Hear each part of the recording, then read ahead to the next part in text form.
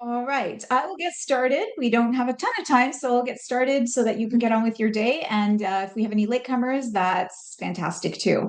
My name is Lisa Sackos. I am a natural nutrition coach, and Heather Creamer is as well. We run the Health Coach Collaborative, which is a program or a school, online school that teaches nutrition courses and health coaching courses. So, for anybody who might potentially be interested in becoming a health coach or adding health coaching to your existing practice, please feel free to check us out. We've got courses that are available individually and small programs, extensive programs, and you can become a certified health coach at the end. Today, I'm going to be focusing on mainly nutrition, and we're talking about 5 easy steps to a healthier body. Now, my screen, hang on just a second, because I think I have gone off screen here.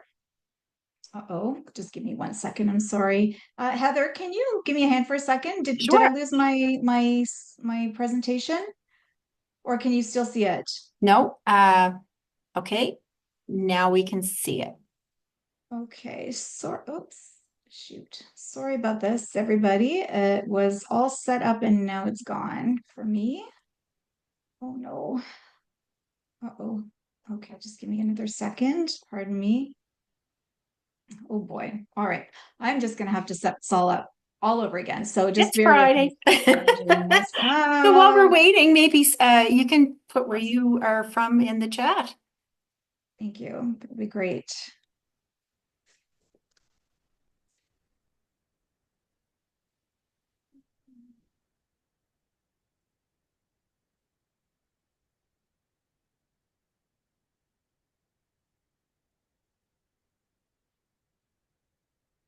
Oh my goodness. Okay. Can you see the presentation now, Heather? Oh, no, I can't. Sorry. Darn it. Okay. I guess it is Friday. All right, I will start introducing the topic regardless because I have done this presentation 100,000 times, so I'm familiar with the content anyways while we're getting started.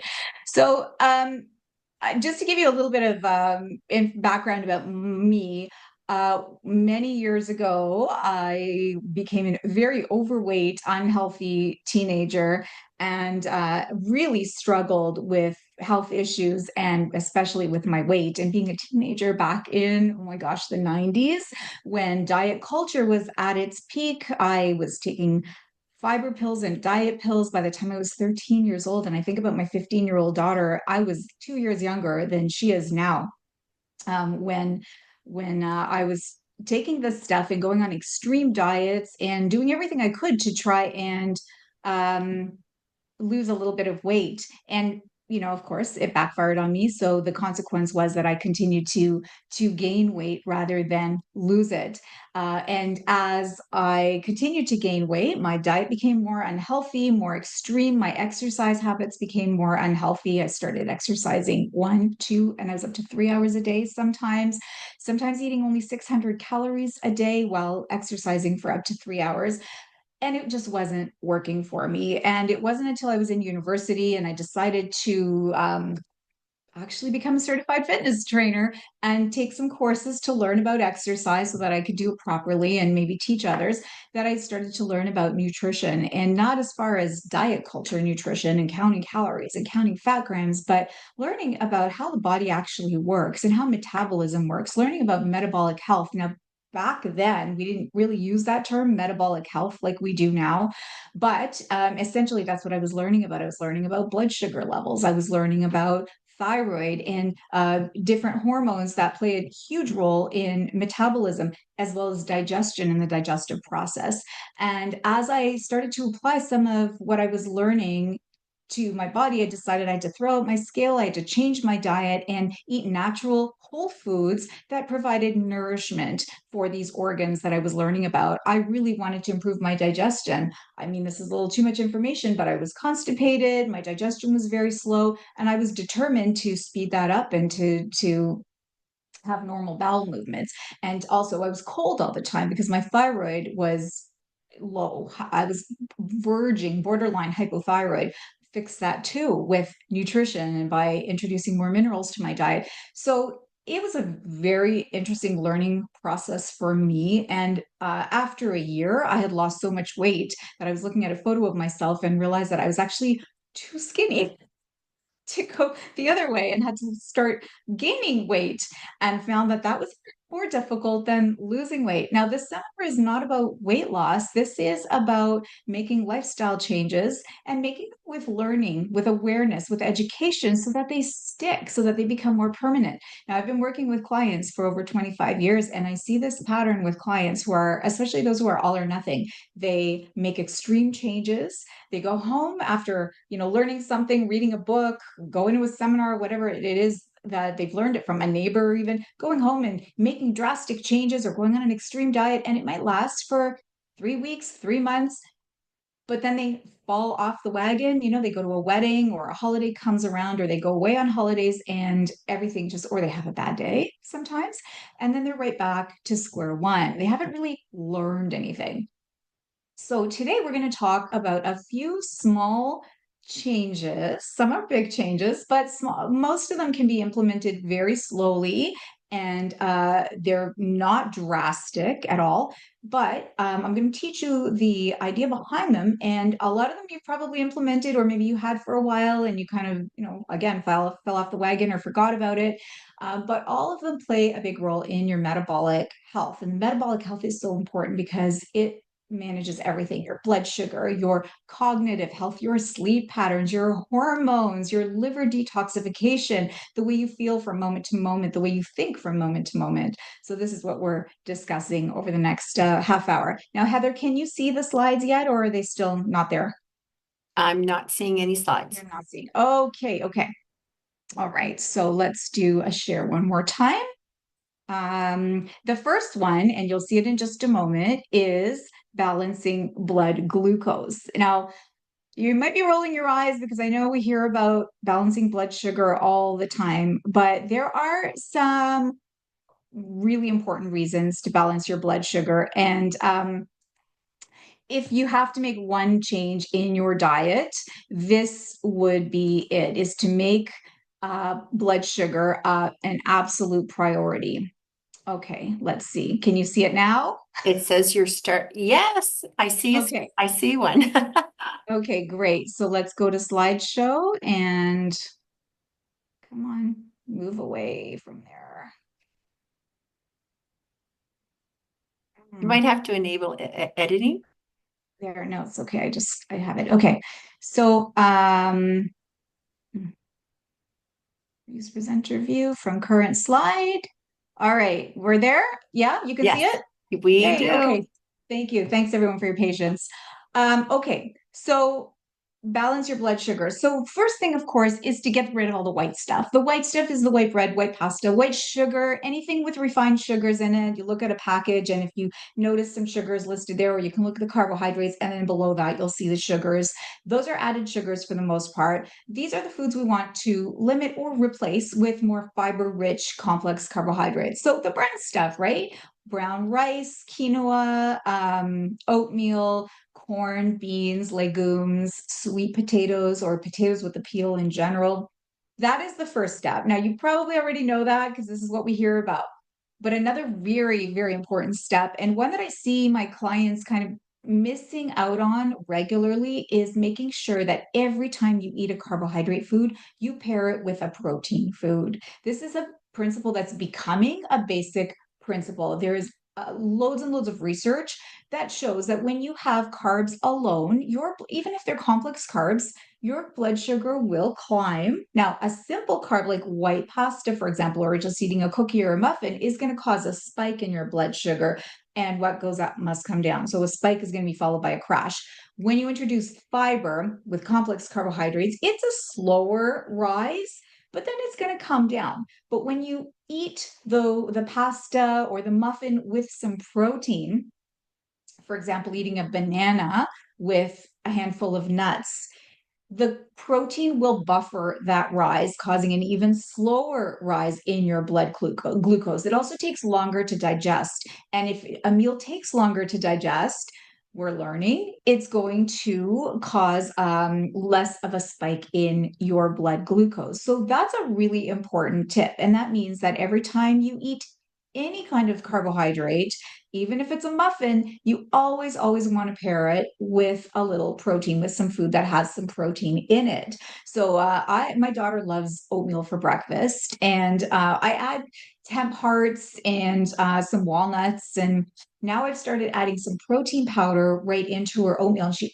absolutely loves it. Some people don't really like the texture, but she loves it, and she feels satiated for a much longer period of time. And she also finds that when she goes to school, she's more focused when she has the protein powder along with the oatmeal. Versus when you just eat carbs alone, even something like oatmeal, again, you're going to feel well for a while, but as your blood sugar comes down, you start to get those symptoms where you start to feel a bit. Some people will start to feel nervous and shaky, and perhaps headachy or hangry, and very, very hungry. And when you get to that point where you're very hungry, we tend to lose our control over the choices we're going to make for our next meal. But there are lots of other tricks and tips for balancing your blood sugar. And one of them is to add cinnamon. I love this one. Adding cinnamon is actually a way to even trick your A1C or some blood glucose tests if you're diabetic into thinking that you're not diabetic. Now, I don't, that's not a dare. I'm not suggesting in any way, shape, or form that you do that, but the effect is so powerful. So, half a teaspoon to 2 teaspoons a day, which is about 4 grams of cinnamon, sprinkled into something. Like, you can put it in some coffee, sprinkle it over oatmeal, put it into something that you're eating throughout the day.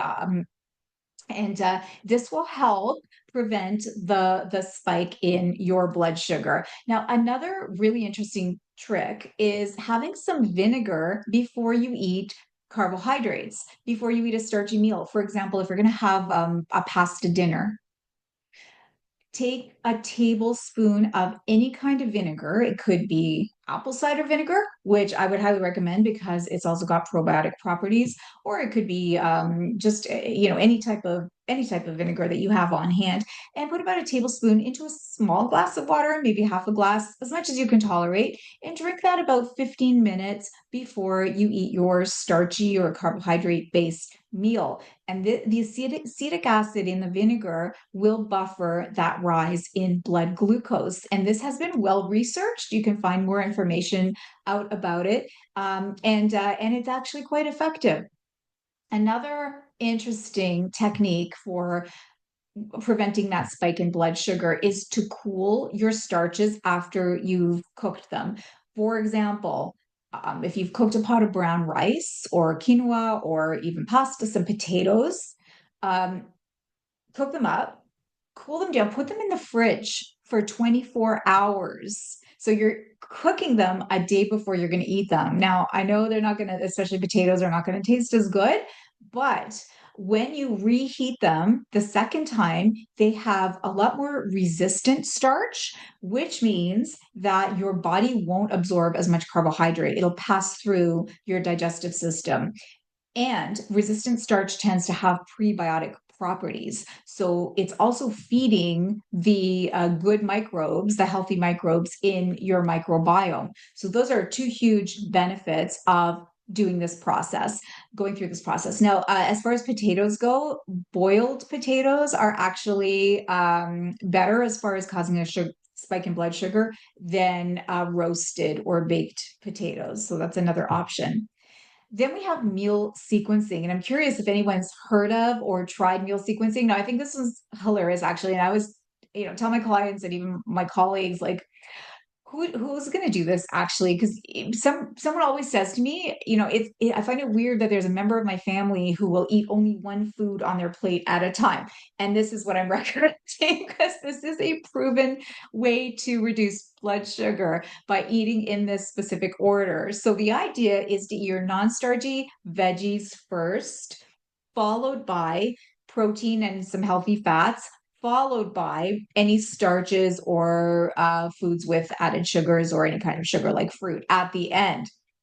So you can see in the graphic there, the example would be having your salad first, which a lot of us do anyway.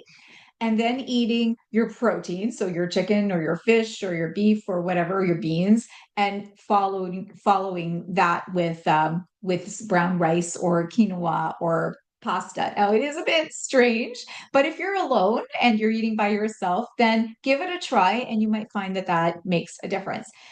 It's so helpful if you can get your hands on one to wear a continuous glucose monitor to be able to assess how different foods are affecting your blood sugar because it is different for everybody. We have some wonderful tools like the glycemic index and the glycemic load. Those can be helpful and they can be really good guides to help you figure out which foods have a potential of causing your blood sugar to spike more so than others, but it might be individual for you. For example, one person might be able to eat loads of blueberries, a cup of blueberries, and have no spike in blood sugar, whereas somebody else might notice a spike after just a tablespoon's worth of blueberries.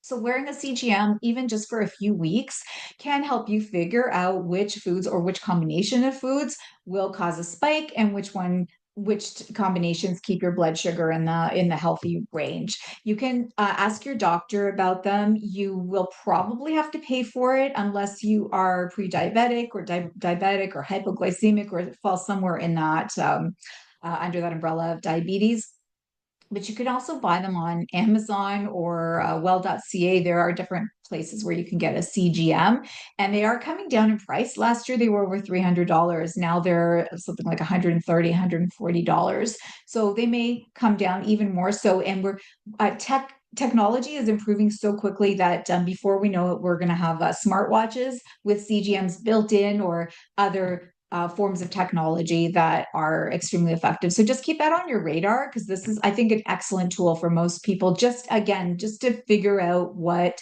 how different foods affect your blood sugar, and then you can stop wearing it. And some people do find that intermittent fasting is very helpful for balancing your blood sugar, even diabetics. Now, I have to admit, as a practitioner, I'm always a little bit reluctant to put a diabetic or a client with diabetes on an intermittent fasting program. So we take it really, really slowly. We start with like a 12-12 and then go down to a um, take down an hour every couple of weeks just to see how their blood sugar handles it. But most of them actually do really well with intermittent fasting, not every day, but even if it's 2 or 3 days a week. And one of the factors is not snacking between meals. If you can avoid that, snacking between meals causes your blood sugar to go up and down. So if you can train your blood glucose levels to stay in a certain zone between meals, that's really good for your body and for your long-term metabolic health. And definitely that overnight fast is really, really key for all of us at all ages. So maybe cutting your eating by 8 o'clock at night and then not eating again until like 7 or 8 the next day, giving your body that good 12-hour fast whenever possible is really important. Okay, and the last tip under this point number one is moving after meals.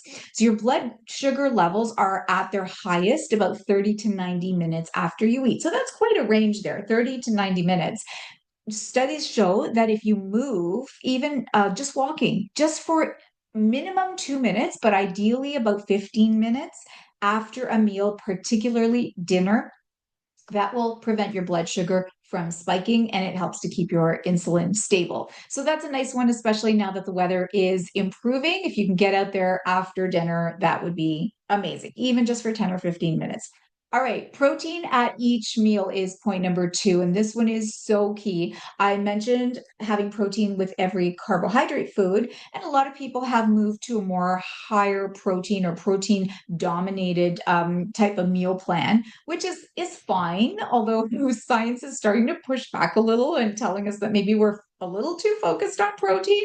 We'll see. We'll see. It always goes back and forth. Every decade, it's like high carb, high protein, high carb, high protein, high fat, high protein, high carb. So we'll see where the next few years take us as far as research goes.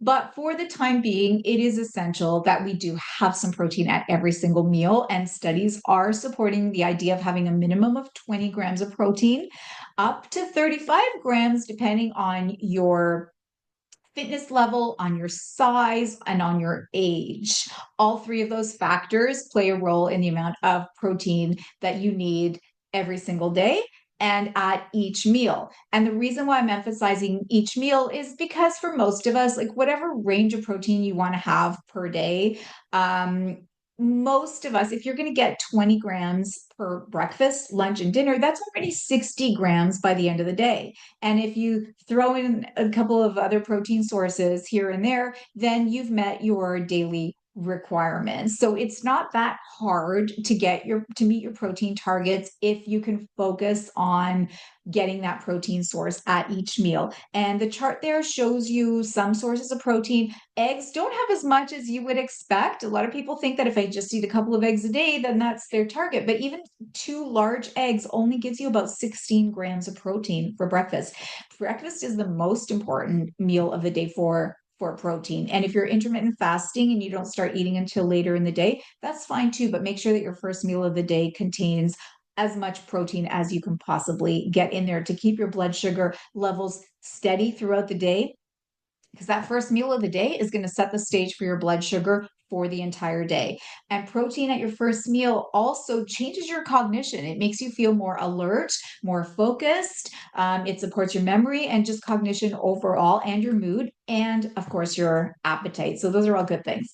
Okay, I love point number three. This has been a fun one to talk about for the last couple of years, ever since research found that eating 30 unique plants every single week supports microbial diversity in your microbiome. So, what that means, there's over trillions and trillions of microbes living in your gut microbiome, over 1,000 different species of microbes living in your microbiome, and they seem to control everything. They control our immune system, they control our gut health, obviously, they manage our brain health because there is a connection from the gut to the brain via the vagus nerve, which is the largest nerve in the body, and the messages that are transmitted back and forth determine how we're going to behave from moment to moment, how we're going to deal with stress, how we sleep at night, and on top of all the physical factors that roles they play in our physical health. So 30 different plant foods support the microbiome in such a way that it improves microbial diversity, which means you have different strains of microbes, and the more, the better for your overall health.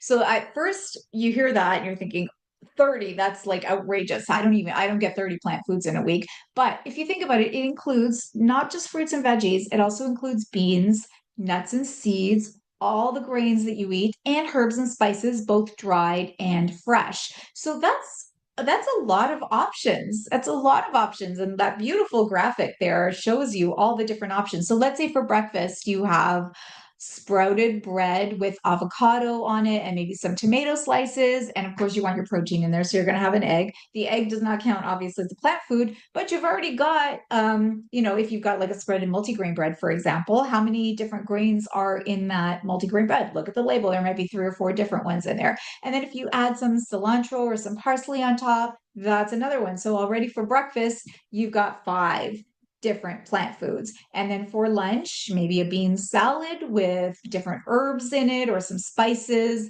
maybe sprinkle some turmeric in there, some chopped cucumber, some asparagus. It's not that hard to do, right? And so as I said earlier, we're a culture that really loves to count. We love to count calories and fat grams, and I counted fiber for a long time. Now I like to count my plant foods. So I do sum up at the end of my day, how many different plants did I eat? And on average, I'm getting about 15 to 17, which is not bad. It probably could be better. And again, you don't want it to be the same 15 every single day, right? Because we want to have 30 by the end of the week. It's really not that hard to do. So I challenge you to focus on that this week, and especially on polyphenols, because polyphenols are a group of they're antioxidants that have powerful anti-inflammatory properties, and they are just quite amazing. You find polyphenols primarily in the berries, and this is one of the reasons why berries are so good for our health. So it's raspberries, strawberries, blueberries, blackberries, those are the big ones. We also find polyphenols in beans, especially black beans. And then in vegetables, especially red vegetables like red onions, red cabbage, radicchio, but in many others too, broccoli, tomatoes have a lot of polyphenols in them. And then we also find polyphenols, and you're going to love this, in dark chocolate. That's why it's on the screen. So dark chocolate, but it has to have 85% cacao content or higher. I know that's a lot, right? But you adapt, start with 60 and then move to a higher cacao content. And over time, you'll get to 85. And then anything less than that is going to taste way too sweet. Or cacao powder. So buying like a cacao beans or buds or the powder and just using it in different foods, putting it in your smoothie, for example. And that's going to give you a good supply of polyphenols. We also have polyphenols in green tea, black tea, even coffee. As long as you don't add sugar in it, the coffee is fine. And olive oil, which is an incredible sorts of polyphenols, actually. So think about the diet that has all of these in it, and it's the Mediterranean diet. The Mediterranean diet is probably so effective due to its polyphenol content, and some researchers suggest that it's the olive oil that makes the Mediterranean diet so healthy for preventing dementia and Alzheimer's disease, for overall mental and cognitive health over time, for preventing cancer, for preventing heart disease. It's quite amazing. So look at the polyphenols, and I just actually want to say one more thing about them before I move on, because there's an emphasis here on gut health as research continues to point in the direction of how important the microbiome is to our overall health. It seems to play a role in everything that's going on in our body at any given time. So a lot of these 5 steps are reflective of what's going on in the microbiome. Now, when you eat polyphenols, they feed a specific type of microbe in your gut called Akkermansia muciniphila.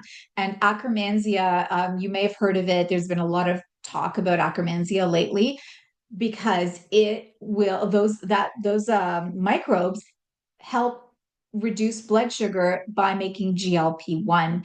And GLP-1 is basically like what you take Ozempic for, or any of those GLP-1 drugs to slow down your digestion, to control your appetite, and to reduce your blood sugar, and also manage weight. So the more polyphenols, the more Akkermansia, the more GLP-1 your body makes, which will result in better metabolic health for your microbiome. It's amazing. The body is absolutely amazing. Okay, so moving on to number 4, because other foods and ingredients that will feed your microbiome have to do with fiber. The recommendations for fiber are quite high, actually. Anywhere from 21 to 38 grams of fiber a day. So when I work with clients, I like to recommend on average 25 grams of fiber a day. If we can have that as a target, then it's reachable, but we have to work towards it, right? Because the white stuff, white bread, white pasta, those foods, bagels and croissants, they lack fiber. And although the recommendation for fiber is well over 21 grams a day, most Canadians and Americans are only ingesting somewhere between 12 and 13 grams of fiber a day. So that's about half of the recommended intake. We know that it helps you have better bowel movements, but it also plays a significant role in blood sugar management. And fiber also, especially the soluble fibers, which are sticky, they bind to cholesterol, they bind to potentially dangerous hormones in the body and help remove them from the stool. But you have to have daily bowel movements in order for that to be happening. And they also support appetite control because they are filling. So when you eat a high fiber meal, you're satiated longer for a longer period of time than when you eat a meal with low fiber. And part of the reason for that is because those hunger signals are literally signaled by your blood sugar. So when your blood sugar is low, your brain is signaled to start those hunger pangs and tell you that you are hungry and that it's time to eat.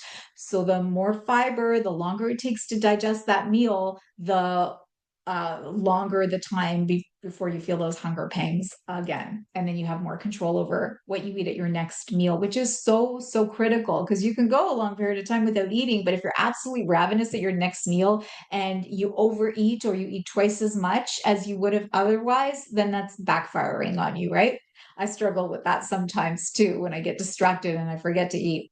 So here are some good fiber sources. Beans and lentils are right at the top, and they're my favorite, especially lentils. They are high in fiber, high in protein. They are inexpensive. They cook up really fast. They're so versatile, and you can use lentils, mix them into like a meat sauce with ground chicken or ground meat if you eat animal foods to make a meat sauce for pasta or rice or lasagna or whatever it is that you're having. Chili is incredible. It's such a great opportunity to throw in a lot of vegetables that maybe are not so fresh anymore that you would otherwise put in the composter, and getting lots of vegetables and lots of fiber into your body. So there's some good sources there you can include at will. And by the way, if you are finding that it's just too hard for you to eat foods that are high in fiber, there are always the fiber. I don't like to call them supplements per se because I use them as food, like chia. Easily putting some chia into your granola or Greek yogurt or into something that you're baking or eating, or you into a glass of water and just drinking it up. That's hardcore, but it works. Or ground flax seeds, which is my absolute favorite.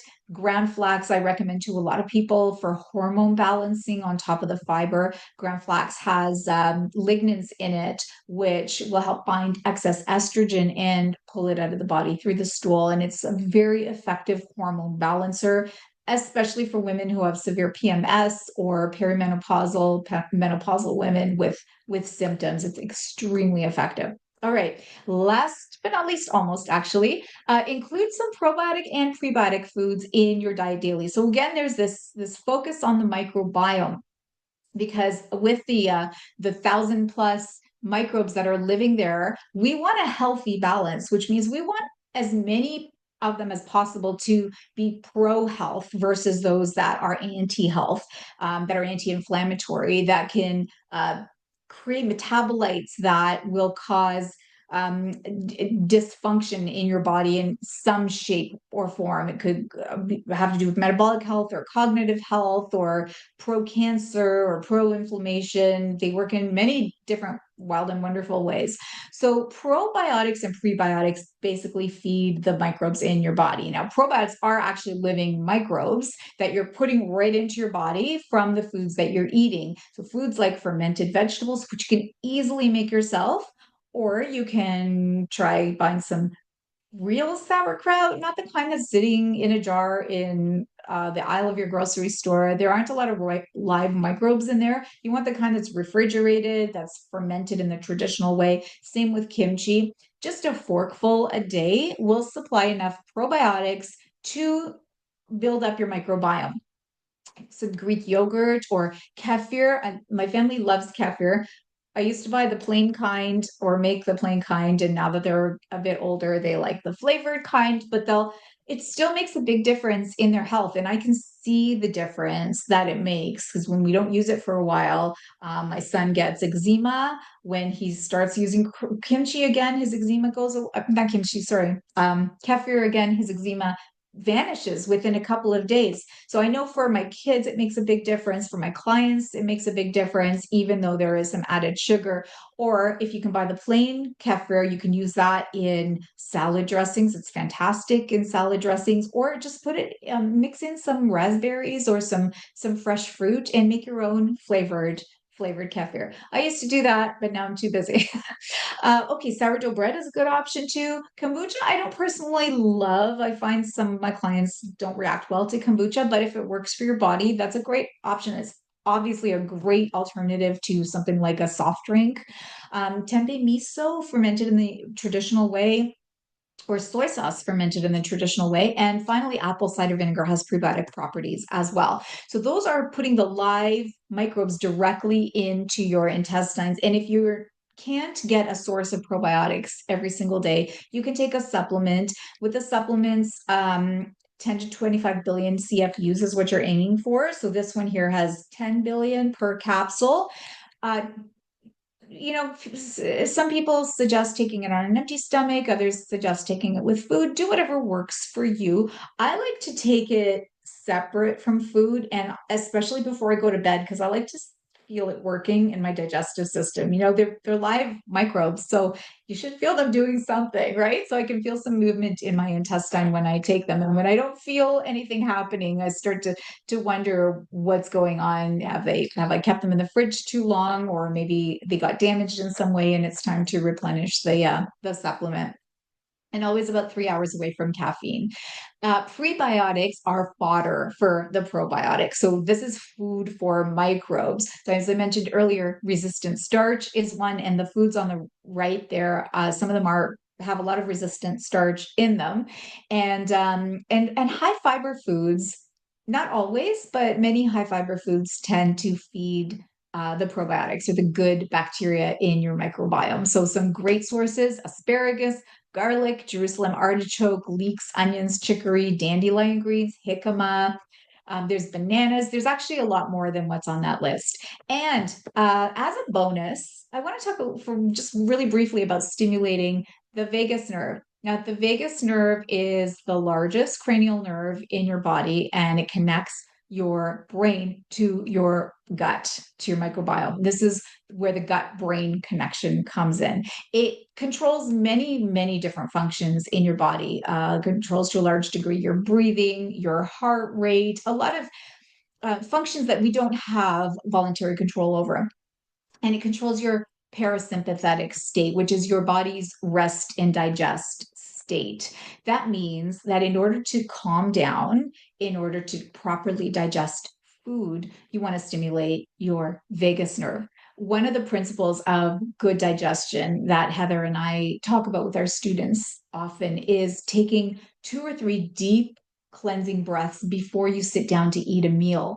Because when you're stressed, you're not in the rest and digest state, which means that your mouth will not produce the saliva that's needed to digest your food. Your stomach won't produce the gastric acids that are needed to digest your food. Your small intestine doesn't get the different enzymes from your supplementary digestive organs that it needs to digest the food that you just ate. So when you're eating in the car, when you're eating while you're watching a scary movie or watching the news, which is worse than a scary movie these days, or any days really, when you're anxious about things, you're eating at your desk, which so many of my clients do almost every single day. They're not even thinking about their food, right?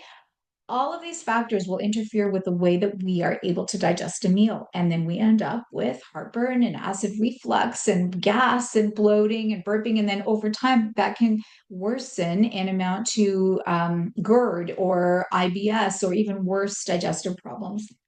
Actually, speaking of IBS, the vagus nerve is a great example here because have you ever noticed that sometimes when you're feeling very stressed, you might experience loose stools, diarrhea, even?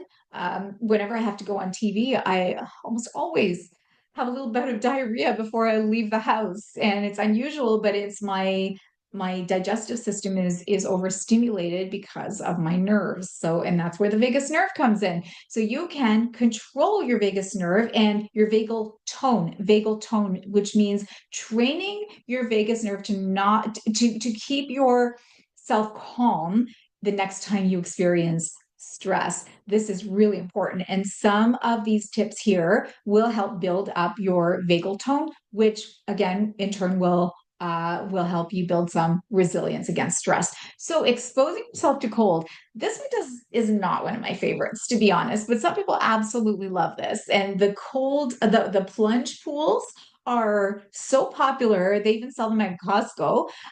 Taking a cold shower, even just splashing cold water on your face, this will stimulate your vagus nerve. So when you're feeling anxious, this is something you can try to help calm you down. So next time you're feeling stressed, just give that a try. Go to the sink, turn on the cold water and splash it on your face and just give it 30 seconds. Another one is just laughing out loud. There are even some gyms or clinics offering laughter therapy sessions with groups of people. You just start laughing, and you know it's contagious, right? So once a couple of people start laughing, then it spreads, and then you can't stop. And next thing you know, you have a bellyache from laughing so hard. Gargling or humming for anywhere from 30 seconds to a minute, the longer the better. Chanting either on your own or within a group, which is really nice if you can find a group in your area. It's actually a beautiful experience, and there's nothing more calming than chanting with a group of people. Or if you go to church, when you sing hymns, it's the same type of experience. And again, with singing, the slower you sing, the better. And obviously, deep breathing. So, like I said earlier, even three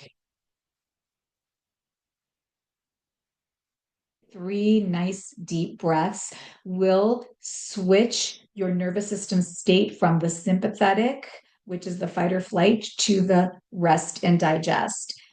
Couple of deep breaths when you're feeling anxious, when you're feeling nervous, or before you're about to eat will stimulate your nervous vagus nerve, help you calm down, put your nervous system into the parasympathetic state, and then your body can digest food. And over time, you can train yourself to stay calm when you're in a situation that would normally call for a lot of stress and anxiety. All right. So just to sum up before we say goodbye, balancing your blood glucose, protein at each meal, 30 unique plant foods a week, 25 grams of fiber a day, introducing friendly bacteria, and finally stimulating the vagus nerve. And you are well on your way to a healthier body. So I'm so grateful that you joined us today. The floor is open. So if you have any questions, please feel free to unmute yourselves or type your questions or comments into the chat. And if you're interested in pursuing either a career in nutrition or health coaching, or even just checking out some courses, learning about how to get your digestive system to function better, taking a course on just the intros, the basics of nutrition, learning about carbs, fats, and proteins, meal planning. We have a fantastic meal planning course that is both personally useful, but also if you're working with clients, it's very beneficial to um, help your clients improve their time efficiency during the week. And I believe that is it. So thank you again for joining us. Thank you so much, everybody. Enjoy the rest of your day.